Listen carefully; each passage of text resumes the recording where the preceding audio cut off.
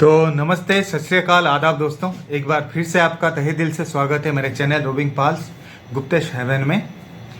और आज का जो ये वीडियो होने वाला है, ये मैं इसलिए बना रहा हूँ वीडियो ताकि लोगों को एजुकेट कर सकूँ एक टॉपिक पे। और वो टॉपिक ये है कि जैसा कि आपने प्रीवियस व्लॉग्स में देखा, हम गए थे नवसारी से उड़ीसा, भुवनेश्वर। अब मैं ये बता देता हूँ, नवसारी जो है वो गुजरात में है और ये काफ़ी बड़ा डिस्ट्रिक्ट है जो कि सूरत टाउन से 35 से 40 किलोमीटर्स दूरी में है। तो आप मान सकते हैं कि सूरत से 1 घंटा मुश्किल से लगता है नवसारी पहुंचने के लिए। क्योंकि हम नवसारी में रहते हैं तो हम नवसारी से भुवनेश्वर उड़ीसा बाय रोड गए थे ट्रैवल करके। और मेरा ये जो वीडियो बनाने का मेन पर्पज़ वो ये है कि जस्ट टू एजुकेट यू कि आपको रोड ट्रिप करना चाहिए, आप बाय रोड जा सकते हैं, कितना सेफ है, क्या एक्सपेंडिचर रहेगा, और जो भी इसमें कुछ है पॉइंट वन बाय वन मैं आपको क्लियर करता जाऊंगा। तो फर्स्ट मैं आपको ये बताना चाहूँगा कि हम बाय रोड क्यों गए।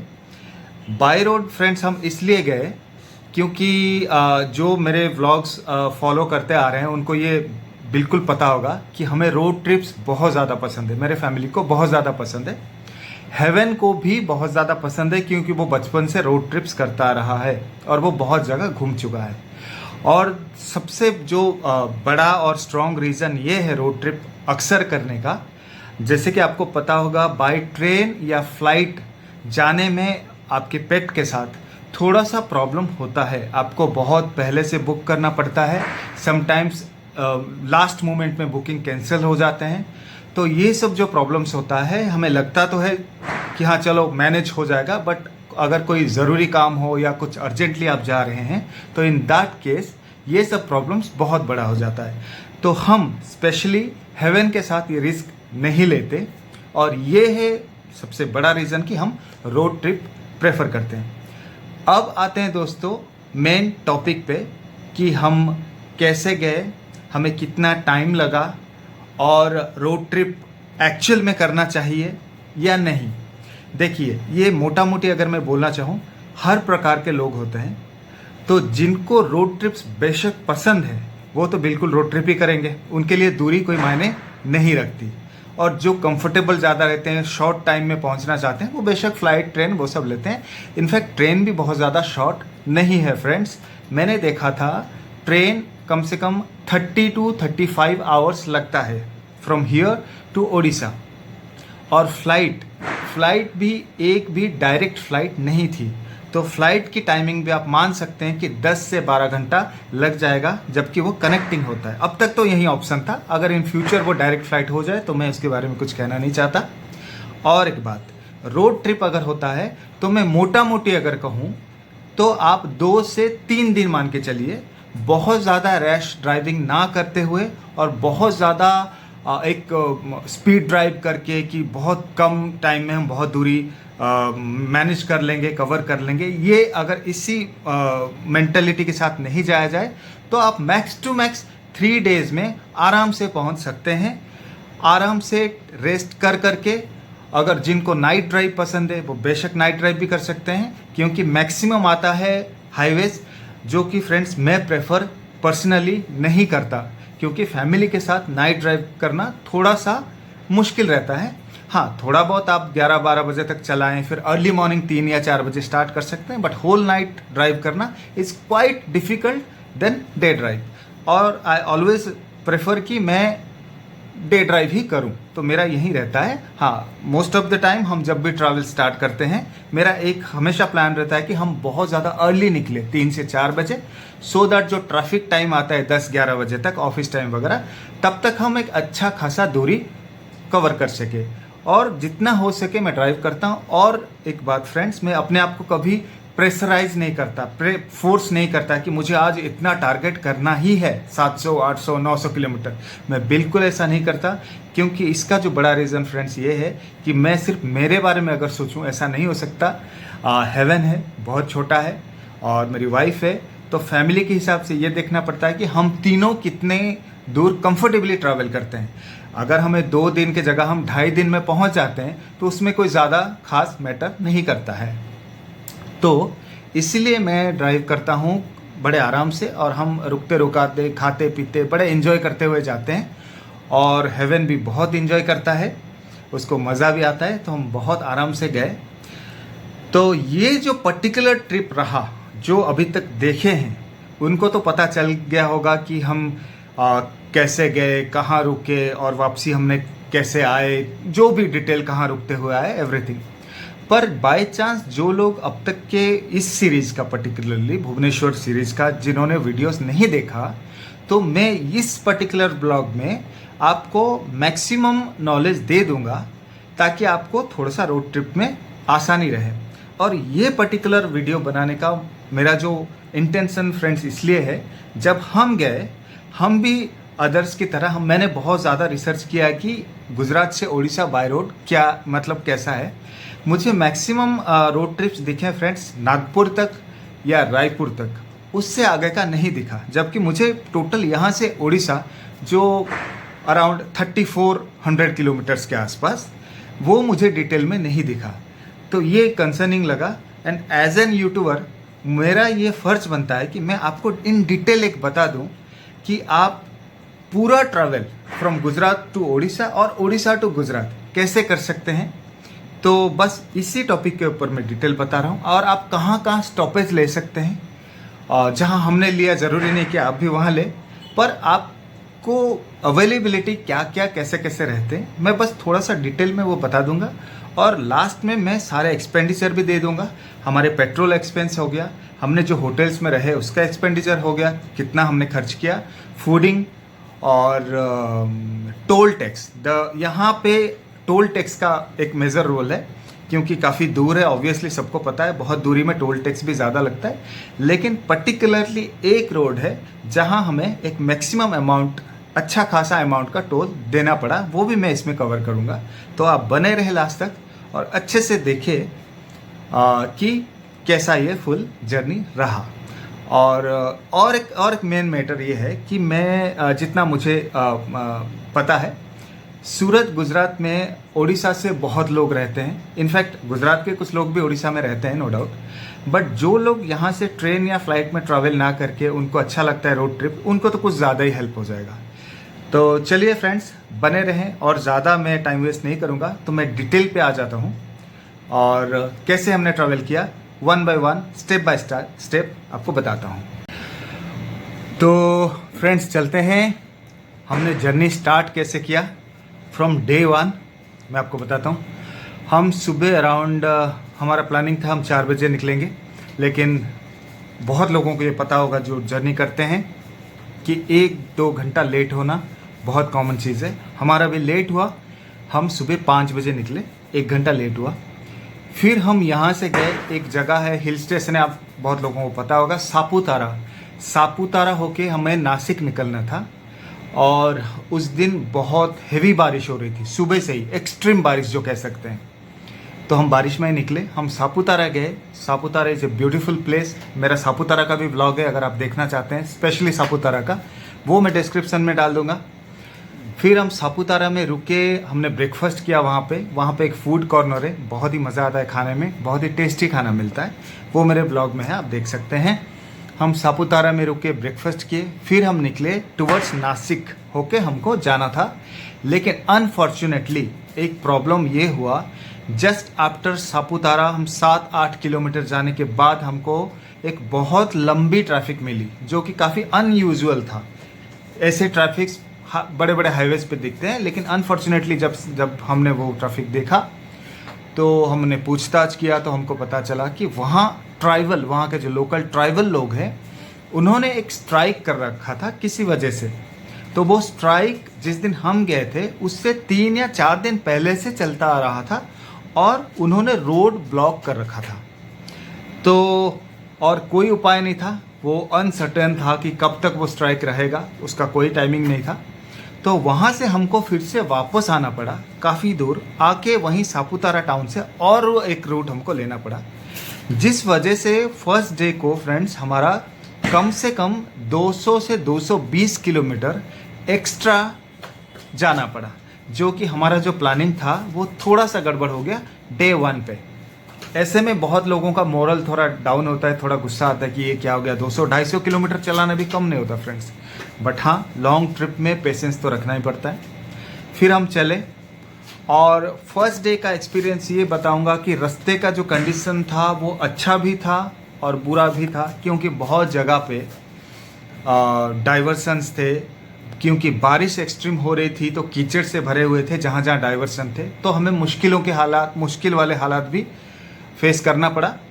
बट ऑप्शन नहीं होता ऐसे केसेस में, तो आपको ड्राइव करना पड़ता है and you have to cross that road, इस आस में कि आगे हाईवे मिलेगा और अच्छा रोड मिलेगा, जो कि हुआ भी।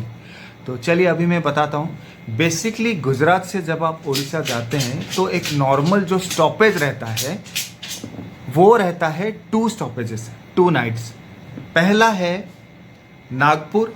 आप गुजरात से निकले नागपुर तक जाएंगे, क्योंकि देखिए फ्रेंड्स, अगर लॉन्ग ट्रिप पे कोई जाता है, ऐसा भी नहीं कि आप 100, 200, 300 किलोमीटर ही चलाएंगे।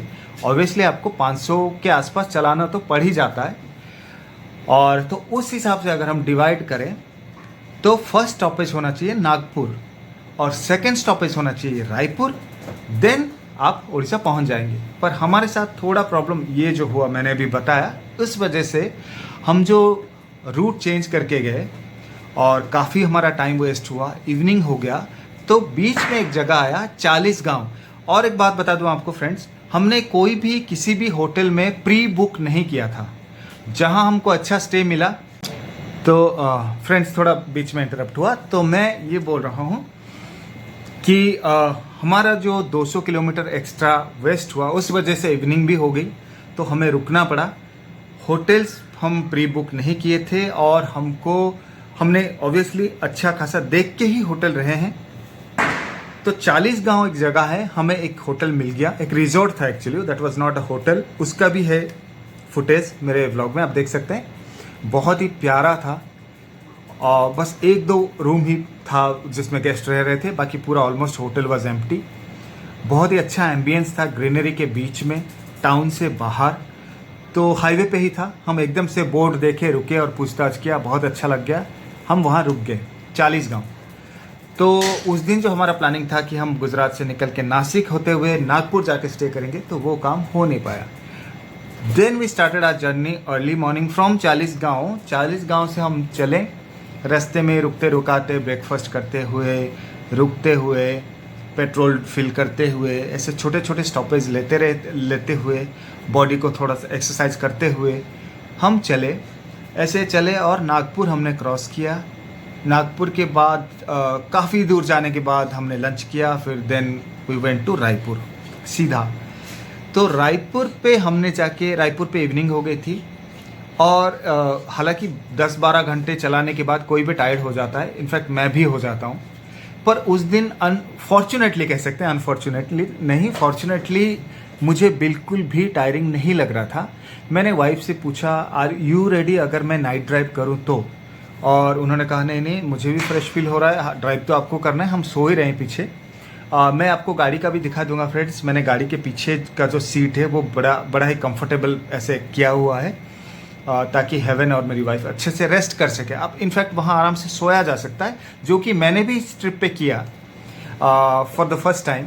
तो हम फिर रायपुर में अराउंड 1 घंटे का स्टॉपेज लिए, फिर फ्रेश हुए, पेट्रोल डाले गाड़ी में, फिर जाके हमने लाइट डिनर किया, जिसका फुटेज ऑलरेडी है। डिनर करने के बाद we again started our journey from Raipur. तो मैंने ये सोचा मैं जितना चला पाऊँगा। मैंने फिर हम चले। और एक मेजर आपको एक पॉइंट में यहाँ पे मेंशन करना चाहूँगा फ्रेंड्स, आप जब भी ट्रैवल करें, भले वो लॉन्ग हो या शॉर्ट ट्रिप्स हो, पूरी तरह गूगल पे भरोसा ना करें, जीपीएस पे। बीच बीच में आपको लोगों से पूछना अच्छा रहता है, कम से कम 3-4 लोगों से। एक पर्टिकुलर डेस्टिनेशन के लिए आप 3 से 4 लोगों से पूछें, अलग अलग जगह, थोड़ी थोड़ी दूरी में, ताकि आपको एक कंफर्म हो जाए कि, क्योंकि समटाइम्स ना लोग आपको मिसगाइड भी कर देते हैं। जिनको नॉलेज नहीं होता वो ये नहीं कहते कि नहीं हमें पता नहीं है, वो आपको बस रास्ता यूँ ही दिखा देंगे और लोग चल पड़ते हैं और आप कहीं और पहुंच जाते हैं। तो इट्स बेस्ट कि आप 3 से 4 लोगों से कंफर्म करें और निकलें। तो फ्रेंड्स, अब तक मैंने कहा हम रायपुर से निकले, तो मैंने अभी जो कहा आपको लोगों से पूछते हुए चलना है। फिर हम रायपुर से निकले। मेरा ये प्लान था कि मैं जितना चला सका। अगर मैं थक गया तो कहीं पेट्रोल पंप या कोई सेफ जगह देख के कुछ देर रुक जाएंगे, और अगर मैं ज़्यादा थक गया तो हम कोई होटल स्टे ले लेंगे। तो हम चल पड़े। फिर चलते रहे। कम से कम 3 से 4 घंटे ड्राइव करने के बाद मुझे थोड़ी सी थकावट हुई। एक जगह पेट्रोल भी फिल करनी थी गाड़ी में, तो हमने पेट्रोल फिल किया। देन आई थॉट कि चलो यहाँ पे आधे 1 घंटे का नैप ले लेता हूँ। तो वाइफ मेरी फ्रंट सीट में आ गई। मैं बैक साइड जाके जो सीट की मैं बात कर रहा हूँ वहाँ हेवन और मैं दोनों सो गए, गाड़ी लॉक करके। काफ़ी सेफ था, काफ़ी चहल पहल थी वो पेट्रोल पंप में। हमने गाड़ी रखा सेफली। उनसे हमने परमिशन भी लिया कि क्या हम थोड़ा रेस्ट कर सकते हैं। उन्होंने कहा बिल्कुल, लोग यहाँ रेस्ट करते हैं, आप बेफिक्र रेस्ट ले सकते हैं। तो ये भी आप ज़रा अपने दिमाग में रखिए, कहीं भी ऐसा नहीं कि आप पेट्रोल पंप पे रख के, अगर आपको होटल नहीं लेना है, किसी को रेस्ट गाड़ी में करना है, ऐसा नहीं कि आप पेट्रोल पंप पे बस रुके और सो गए। आपको एक फॉर्मली परमिशन लेनी चाहिए, और आपको ये भी देखना चाहिए कि वो पेट्रोल पंप टाउन के अंदर हो, वहाँ थोड़ी सी चहल पहल हो। ऐसा नहीं कि आप टाउन के बाहर कहीं भी पेट्रोल पंप पे रुक के सो गए, जहाँ ट्रक्स लाइन में लगे रहते हैं। ऐसा वो आपको नॉलेज होता है, हर किसी को जो लॉन्ग ट्रिप में जाता है वो थोड़ा बहुत नॉलेज रखता है। तो ये छोटी छोटी चीज़ों का फ्रेंड्स ध्यान रखना बहुत ज़्यादा ज़रूरी होता है, क्योंकि पर्टिकुलरली जब आप फैमिली के साथ ट्रैवल करते हैं, हालांकि ध्यान तो हर किसी को रखना पड़ता है। तो चलिए, वहाँ पे मैंने 1 से आधा 1 घंटा मैंने रेस्ट किया, और उसके बाद एक्चुअल में मैं फ्रेश हो गया था। बारिश उस टाइम भी हो रही थी, मैं फ्रेश हो गया था। मुझे नींद और नहीं आई। मैंने कोशिश किया कि थोड़ा और सो जाता हूँ, पर मुझे नींद क्योंकि नहीं आई। देन आई थॉट कि चलो अब चलते हैं, कंटिन्यू करते हैं। और मैंने वाइफ को भेजा पीछे, आप जाके रेस्ट करो, मैं ड्राइव करता हूँ। फिर वहाँ से हम चल पड़े। बारिश कंटिन्यू हो रही थी, तो ड्राइविंग में थोड़ा चैलेंजिंग था, पर हाँ, वो इतना बड़ा नहीं कि मैं ड्राइव नहीं कर सकता था। पर फ्रेंड्स, ये और एक सजेशन रहेगा, ड्राइव हमेशा ऐसे करना चाहिए जिसमें आप कंफर्टेबल हैं। तो फ्रेंड्स, हम वो पेट्रोल पंप से निकले, मैंने वाइफ को पीछे भेज दिया और मैं ड्राइविंग सीट पे बैठा। Then again we started the journey. और बारिश हो रही थी, तो थोड़ा सा चैलेंजिंग तो था ड्राइविंग रात को, क्योंकि मैं चश्मा पहनता हूँ, जैसा कि आप देख पा रहे हैं। फ्रेंड्स, ये एक सजेशन दूंगा कि ड्राइव जब आप करें तो पूरा आप ये देखें कि आप कंफर्टेबल कैसे में ड्राइव करना चाहते हैं। अगर आपको बारिश में बहुत ज़्यादा प्रॉब्लम होती है, आपको पूरा इनविजिबल हो जाता है, रोड ज़ीरो हो जाता है, तो आप बिल्कुल भी ड्राइव ना करें। हाँ, अगर आप सुपर कॉन्फिडेंट है कि ड्राइव कर सकते हैं, आपको प्रॉपरली विजिबल है, कोई प्रॉब्लम नहीं है, तो आप बेशक आराम से कर सकते हैं। सेम चीज़ लागू होता है विंटर में भी फ्रेंड्स। जब आप अर्ली मॉर्निंग या रात को निकलते हैं, तो लोगों को पता होगा कि फॉग का इशू होता है विंटर में। तो फॉग में भी गाड़ी ना चलाएं अगर आप कॉन्फिडेंट नहीं है। कॉन्फिडेंट और ओवर कॉन्फिडेंट में फ्रेंड्स एक धागे भर का डिफरेंस होता है। अगर आपको लगता है कि मैं चला ही लूँगा, कोई प्रॉब्लम नहीं है, तो वो रिस्क ना लें। आप अगर सुपर कॉन्फिडेंट है, आपको अच्छा खासा विजिबिलिटी है सामने की गाड़ी तक, और अपना फॉग लैंप वगैरह ऑन करके, तो आप आराम से चलाएं। खैर, और ज्ञान नहीं दूंगा, तो हम चल पड़े टूवर्ड्स ओडिशा। और हम चलते रहे। रास्ते में फिर से मुझे थोड़ा सा टायरिंग लगा, अराउंड 4 बजे के आसपास। तो एक पेट्रोल पंप पे मुझे पेट्रोल फिर से भरना था, हालांकि पेट्रोल थी गाड़ी में, मैंने फिर से फुल करवाया। ये एक और सजेशन है फ्रेंड्स, ऐसा नहीं कि आपकी गाड़ी में पेट्रोल कम है तो आप पूरा एम्प्टी हो तब भरे। जहाँ मौका मिले, जहाँ आपको थोड़ा लगे कि चलो पेट्रोल फिल कर देते हैं हाफ टैंक में या कम है, तो आप फिल करवाते चलिए, क्योंकि पेट्रोल का भी गाड़ी में फुल रहना ज़रूरी है। तो मैं भी वैसे ही करता हूँ। तो हम चले, मैंने थोड़ा सा एक और पेट्रोल पंप में वही 15-20 मिनट, मुश्किल से आधे घंटे का मैंने रेस्ट किया। और मैंने वहाँ का बड़ा ही साफ़ सुथरा था, उनका वॉशरूम भी यूज़ किया। देन अगेन मैंने फेस वगैरह स्टार्ट करके we started the journey again. उसके बाद हम सीधा चल पड़े और बिना रुके कहीं पे, हाँ, रास्ते पे जब मॉर्निंग हो गई, सुबह हुई, तो हम चाय पिए और फिर चले। और जैसे कि मैंने मेंशन किया मेरे व्लॉग में, ओडिया नाश्ता का मैं दीवाना हूँ, क्योंकि बचपन से जो खाना आप खाते हैं उसके आप जब बाहर रहते हैं तो उसको बहुत मिस करते हैं। जैसे ही अर्ली मॉर्निंग हुई, ओडिशा की एक स्पेशलिटी है दोस्तों, आपको वहाँ 6 बजे से नाश्ता मिलना चालू हो जाता है। एक्चुअली में 6 बजे से आप ट्राई कर सकते हैं आप जब ओडिशा जाएंगे। तो फ्रेंड्स, जैसा कि मैंने अब तक कहा, हम भुवनेश्वर पहुँच गए और वहाँ 4 डेज अराउंड रहे। फैमिली से काफ़ी समय बाद मिले, इसलिए ज़्यादा व्लॉगिंग नहीं कर पाया। जो कुछ स्मॉल शॉर्ट क्लिप्स मैंने बनाए हैं वो मैंने ऐड ऑन कर दिया है, आप देख सकते हैं। और हेवन का जो फर्स्ट बर्थडे वो हमने भुवनेश्वर में मनाया, और वो भी जो भी उसका थोड़ा बहुत मटेरियल मैंने डाल दिया है, और उसका अनफॉर्चुनेटली कुछ वीडियोस डिलीट हो गए, तो वो मैंने काफ़ी कोशिश किया रिकवर हो जाए, लेकिन हो नहीं पाया। हमारे लिए बहुत वो पेनफुल रहा जो वीडियोस डिलीट हुए, पर जो भी उसके कपड़े और थोड़े बहुत फ़ोटोज़ वगैरह, उसके पेंडेंट वगैरह वो मैंने डाला है, आप देख सकते हैं। तो भुवनेश्वर में रहने के बाद 3-4 दिन हम वापस आए। तो अभी मैं बताता हूँ वापसी में हमने क्या किया। सेम अर्ली मॉर्निंग निकले और हम आए रायपुर टूवर्ड्स संबलपुर होते हुए। संबलपुर से जो उड़ीसा जाते हैं एक रास्ता आता है रेढ़ाखोल होके, फ्रॉम भुवनेश्वर जब आते हैं रेढ़ाखोल होके फिर संबलपुर, वो रास्ता अभी अच्छा है। संबलपुर से रायपुर, तो हम रायपुर मैंने जो पिछली मतलब वो जो लंबा चलाने का वो चक्कर नहीं किया इस बार, और हम रायपुर से जस्ट 100 किलोमीटर पहले एक जगह मिला हमको पिथौरा, वहाँ मुझे थोड़ा सा लगा कि रेस्ट कर लेना चाहिए, शाम भी हो गई। हम वहाँ रुक गए, अच्छी जगह थी, हालांकि जगह से हमें कोई खास मतलब नहीं थी, अंधेरा हो गया था। हमने पूछताछ किया, एक बहुत ही बेहतरीन हमको होटल स्टे मिल गया, और वहाँ हम रुक गए रात को। फिर अर्ली मॉर्निंग वहाँ से निकले, और जैसे कि मैंने व्लॉग में मेंशन किया है, हम प्रेफर करते हैं नियर टू हाईवे रहने के लिए, और साफ़ सुथरा होटल हो, सेफ हो, अच्छा हो, ताकि सुबह जब आप जर्नी स्टार्ट करें तो बस होटल से आप निकले और इमीडिएटली आप हाईवे पहुंच जाए, ना कि आपको फिर से टाउन के अंदर से काफ़ी ट्रैवल करना पड़े, टाइम वेस्ट ना करना पड़े। इसलिए हम ऑलवेज प्रेफर के हाईवे के आसपास हमें होटल मिल जाए। फिर हम वहाँ से निकले और ट्रैवल किए, रास्ते में भी नाश्ता करते हुए खाते पीते और ऐसे आए, और उसके बाद हम राजनांदगांव में भी रुके, लंच किया वहाँ पे। फिर हम रायपुर पहुँचे, नागपुर, और हमने नागपुर में स्टे किया।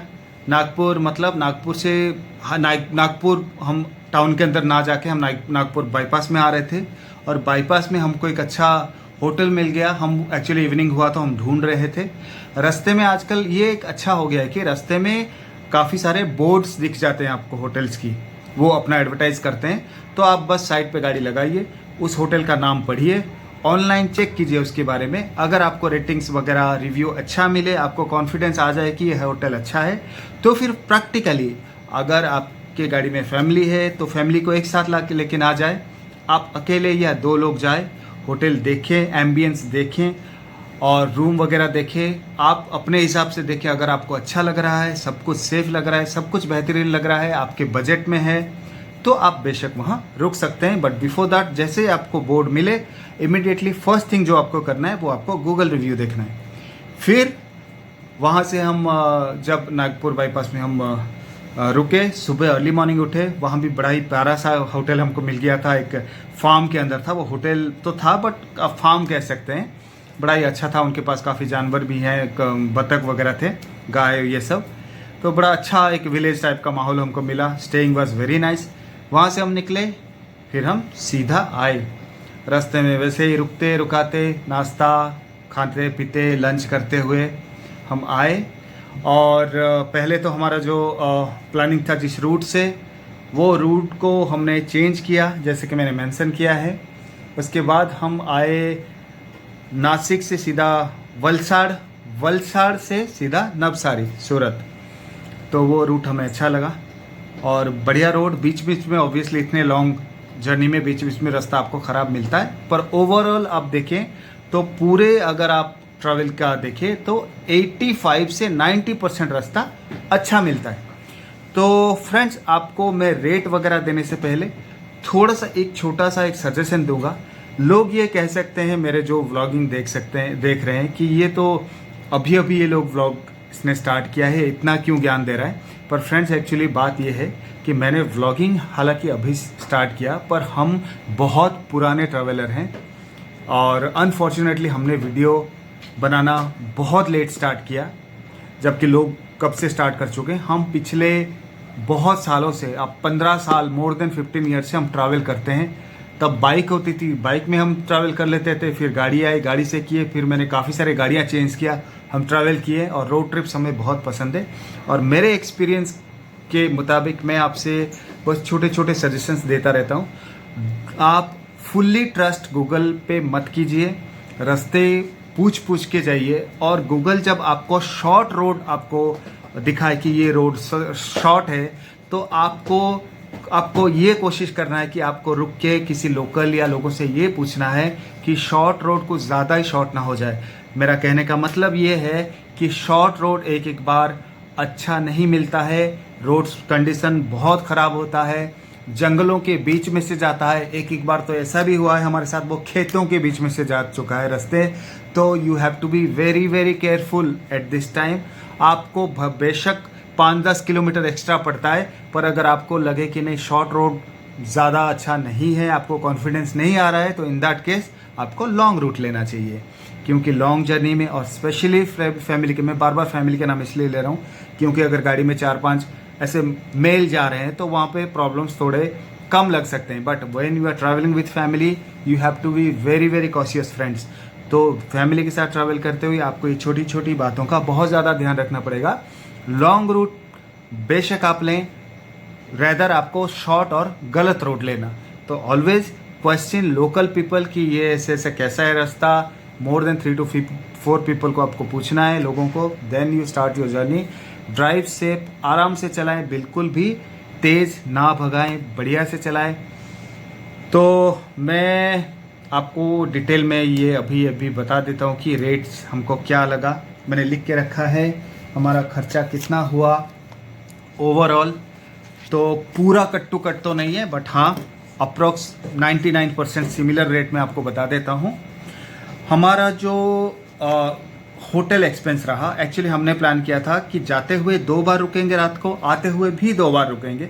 बट जैसे कि मैंने मेंशन किया, जाते हुए हम एक नाइट हमने ड्राइव कर लिया था, तो जाना और आना हमारा 3 स्टे हुआ।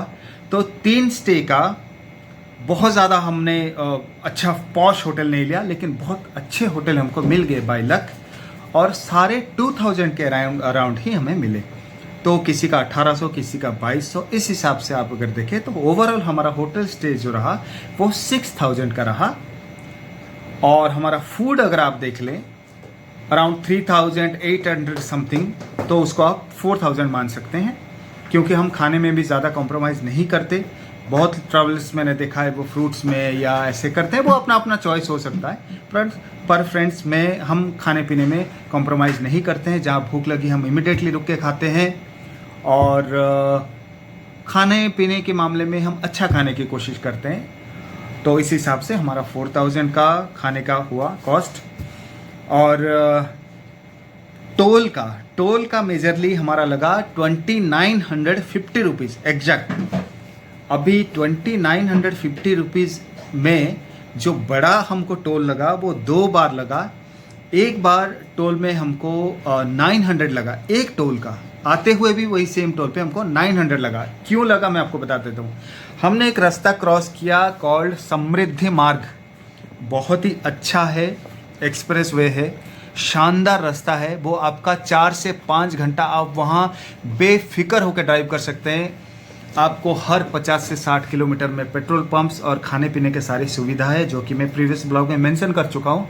आप वहाँ बहुत बेहतरीन ड्राइव कर सकते हैं, टाइम बहुत अच्छा सेव होता है, गाड़ी बहुत स्मूथली ड्राइव होती है, कम से कम 4 से 5 घंटा सेव हो जाता है।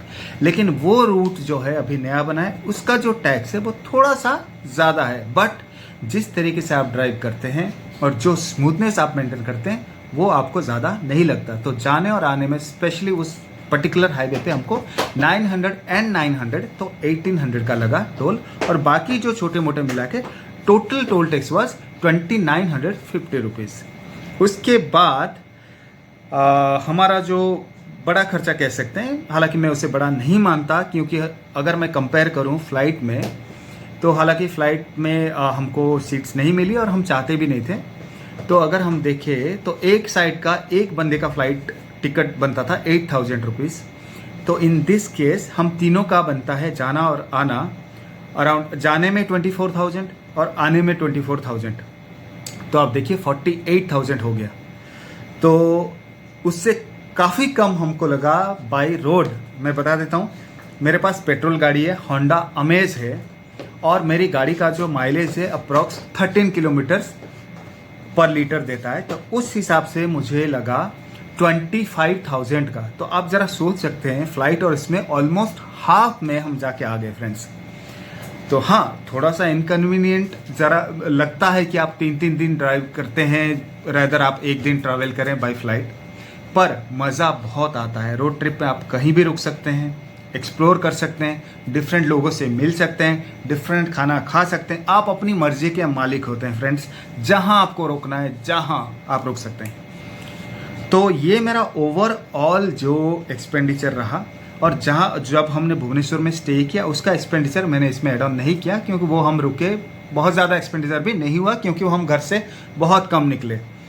तो ओवरऑल मेरा जो खर्चा हुआ यहाँ पे 37,950 के अराउंड मैंने जो कैलकुलेट किया है, आप उसको मोटा मोटी 40,000 मान लीजिए। तो हमारा 40,000 का खर्चा हुआ जाने और आने में।